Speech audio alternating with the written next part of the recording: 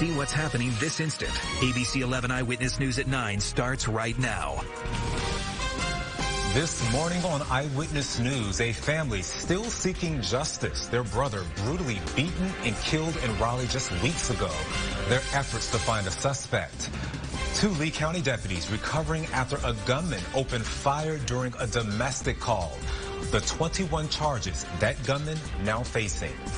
Plus, former President Donald Trump visiting our state today. Details on the rally happening in Selma. But first, good morning, Carolina. It's Saturday, April 9th. I'm Tim Pulliam, in for Anthony Wilson. Thank you so much for joining us. Welcome to the weekend. The top stories are just ahead. But first, let's take a look at the Raleigh Skyline. The sun is coming up, but it is not going to warm us up. First Alert meteorologist Stewart here now with the cooler, breezy forecast this weekend, Steve. Yeah, it is going to be cool there, Tim. You got that right in just a few minutes, Tim. All right, thank you, Steve. Right now, we continue following breaking news out of Durham. Police investigating a homicide that happened early this morning on Auto Drive. Officers were dispatched to a shots fired call shortly after 1:30 this morning. When they arrived, they saw 3 people with gunshot wounds. 1 victim pronounced dead at the scene. The other 2 victims were taken to the local hospital with what appears to be non-life-threatening injuries. Now, we are working to learn more details. We will bring you any updates online and on air. Now, as part of the continued response to gun violence in Durham, a gun buyback event is happening today in an effort to get weapons off the street. It's happening from 2 p.m. to 6 at Mount Vernon Baptist Church and at the Durham County Stadium. Anyone may turn in an operational or unloaded gun. You will receive a $100 gift card for a shotgun, $150 for a handgun, and $200 for assault rifles. No questions will be asked. This morning, we are learning more about the 2 sheriff's deputies hurt after a gunman opened fire in Lee County. The sheriff's office releasing new details on the incident. Investigators say the deputies responded to a house in Sanford on Thursday when a man refused to leave. They say Saheem Williams opened fire at the deputies. A bullet fragment hitting one of the deputies in the back. Another deputy fired at Williams, then jumped from a porch and hurt his ankle. Williams was later arrested. He faces 21 charges. Happening today, former President Donald Trump is holding a rally in Johnston County. This is video from Chopper 11 flying over the site Friday afternoon. Supporters camping out ahead of Trump's arrival. Several GOP speakers endorsed by Trump, including controversial North Carolina Congressman Madison Cawthorn, are scheduled to take part in Trump's Save America event. President Biden will visit North Carolina next week. He will be in Greensboro on Thursday. The White House says Biden will talk about the administration's efforts to bring more manufacturers to the U.S., rebuild supply chains, and bring down costs for American families. No other details about the location and time of his visit. The last time the president was in North Carolina was just before Thanksgiving. He visited troops at Fort Bragg. Well, you can count on us for coverage of his visit on Thursday on air and on our website at abc11.com. Now to that historic moment for the country. President Biden, along with Vice President Harris, leading the celebrations following the historic confirmation of Judge Ketanji Brown Jackson to the U.S. Supreme Court. Big applause there throughout Jackson's lengthy and contentious public hearings. Several Republican senators attempted to paint her as soft on crime, some even suggesting she wants to expand the number of justices on the court, a role the Constitution reserves solely for Congress. Every single Democrat in the Senate and 3 Republicans voted for Jackson. Judge Jackson won't be elevated to Justice Jackson until her mentor, Stephen Breyer, officially retires from the court this summer. Well, some fun events are happening here in the Triangle this weekend. Ahead, we'll tell you about some celebrations in the Bull City. Plus, a heads up if you're heading to the North Carolina Zoo today or tomorrow, the exhibit that will be closed until further notice. And Steve, they may need their jacket. Yeah, I think up in a few minutes, Tim. All right. Thank you, Steve. Happening now, a historic mission to the International Space Station is underway. Take a look. This is a live picture. SpaceX rocket carrying 3 paying customers and a former NASA astronaut. The rocket lifted off without a hitch from Florida's Kennedy Space Center Friday morning. It's all in line with the U.S. government's and the private sector's goal to promote commercial activity to space. The crew plans to spend a night, or 8 days, I should say, on the ISS. They will conduct scientific research, outreach, and commercial activities. Well, if you're looking for something to do in the Bull City this weekend, there's plenty happening. The Hayti Film Next Level series is underway, featuring 2 films produced by men with ties to New Orleans. You can see new films at the Hayti Heritage Center on Fayetteville Street tonight. Then the Martin Luther King Block Party celebration takes place today from 11 a.m. to 4 on Burlington Avenue. And the 48th annual Durham Crop Hunger Walk takes place on Sunday at Duke Chapel. That starts at 2:30. ABC 11 Together is a proud sponsor of all of those events. Well, right now, tickets are on sale to see comedian and Oscars host Wanda Sykes in Durham. Her performance at DPAC is scheduled for Thursday, October 6th. The stand-up comic, actress, and writer has been entertaining audiences for more than 25 years. Can't believe it. There's an incentive for people who call the Bull City home. They will have exclusive access to $25 tickets for select reserved seats if you are a Bull City resident. Well, if you're planning a trip to the North Carolina Zoo this weekend, you will have to skip the aviary. The zoo is closing its bird cages to the public as a precautionary measure because of the bird flu. The aviary is a home to more than 100 exotic birds and will remain closed until further notice. The bird flu is spreading across our state. At least 370,000 turkeys have been impacted by the virus. New developments in the COVID-19 pandemic. A new study suggests the virus can be contracted again just 3 months after initially getting it. Plus, how the healthcare industry is recovering after millions lost their jobs during the height of the pandemic. Racism is a serious public health threat. That's what the CDC director said exactly 1 year ago. And a new report details the way COVID-19 has impacted the black community. Makes it clear the crisis is not over. Britt Conway has a look at that report in your Health Minute. All right, thank you, Britt. A new study suggests it's possible to get COVID again less than 3 months after you last had it. The CDC identifying 10 people infected with the Delta variant and then reinfected with Omicron. The shortest interval between reinfection was just 23 days. Most of the patients had not been vaccinated. Now, according to the CDC, people who get over COVID are typically immune from becoming reinfected for about 6 months. But it appears that safeguard might not protect against other variants. That's interesting there. There is some good news involving COVID-19. The healthcare workforce is slowly returning back to pre-pandemic levels. That's according to a new study published in the journal JAMA Health Forum. About 1.5 million workers lost their jobs when hospitals postponed elective surgeries and clinics closed during the early stages of the pandemic. Researchers say more healthcare workers with young children left the workforce. The rate was higher among women. Now, according to the study, the researchers were unable to address why people were quitting. Well, this is for all the ladies out there. Today is the perfect day to take some time to take care of yourselves. Women's Health Awareness is holding its 8th annual Women's Wellness Conference. Event organizer Dr. Joan Packenham with the National Institute of Environmental Health Services speaking to ABC 11 Together about what women can gain from this year's conference. Sounds good. The Women's Health Wellness Conference is free. The virtual event is from 8:30 a.m. until 4. For more information, go to abc11.com. Steve, there are just so many events going on.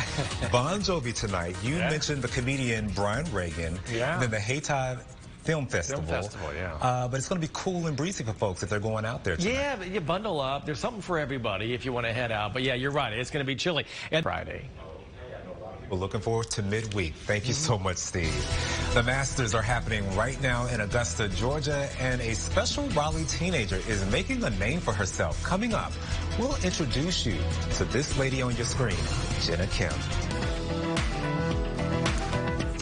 The Masters at Augusta National is underway right now, and a teen from Wake County is front and center. The 13-year-old played at Augusta and won.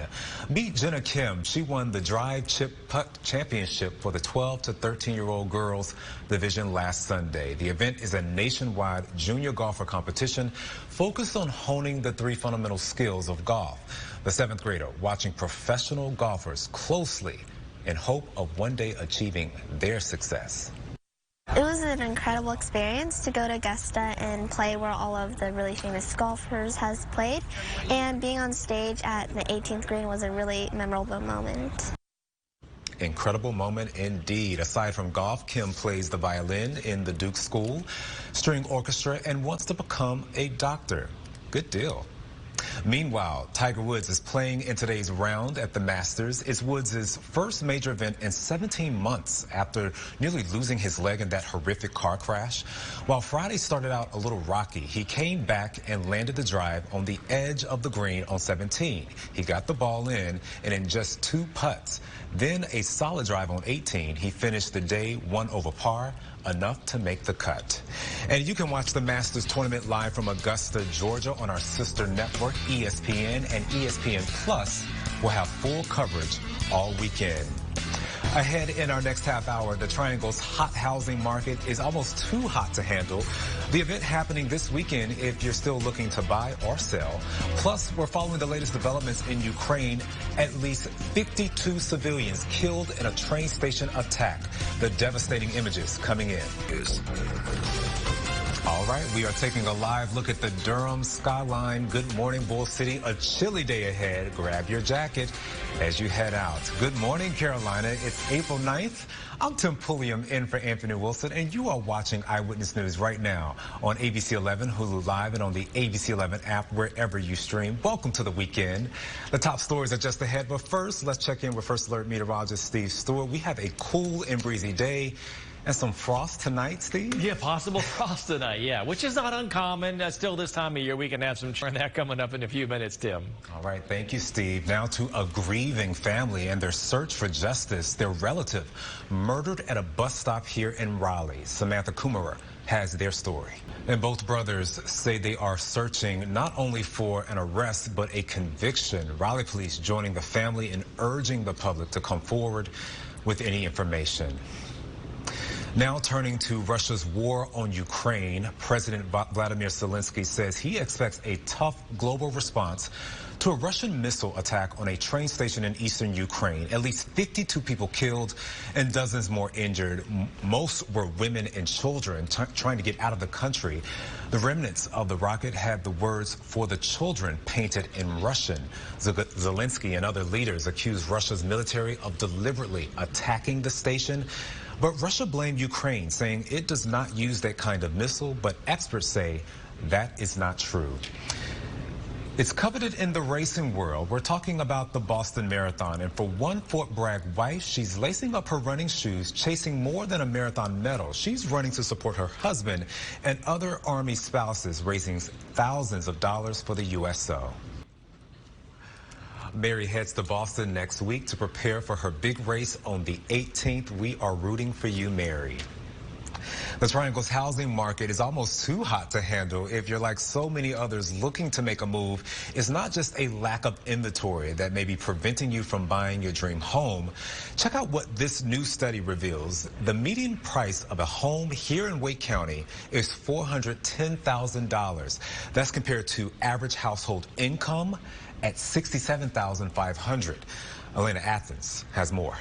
Good information there. This weekend, you can get a lot of great ideas on home improvements at the Southern Ideal Home Show. The home show runs through Sunday. Well, today there's an opportunity to roll up your sleeves and help others. The massive meal packing effort, hoping to feed hundreds of people in need right here in Raleigh. Steve? All right, thank you very much there, Tim. Good morning, everybody. Out and about for today. It's going to be a quiet day, but they coming up in a few minutes, Tim. All right, thank you so much, Steve. Also today, let the dogs out. You and your fur baby can check out the new Dorothea Dix Dog Park. A big celebration is happening from 11 a.m. to 3 p.m. There will be music, food, and beer vendors. Dix Park would like you to register, though, if you plan to attend. Happening today, a chance to roll up your sleeves and help others in Raleigh. It's called Rise Against Hunger. We've covered many of their meal packing events for community organizations over the years. Their Martin Luther King Day event, always one of their busiest. But this year, the meal packing events were canceled because of the COVID surge. So this weekend, there's a massive effort to make up for those cancellations. Rise Against Hunger expects about 130 volunteers to come out to his warehouse to help with the meal packing event, but they still have volunteer spaces available. So if you would like to help out, you can sign up at the Rise Against Hunger website. If you're a big General Hospital fan, listen up to this. Some of the show's stars will be here in the Triangle this weekend. Ahead, we'll let you know where and how you can meet them. Plus, the local universities hosting their spring games today.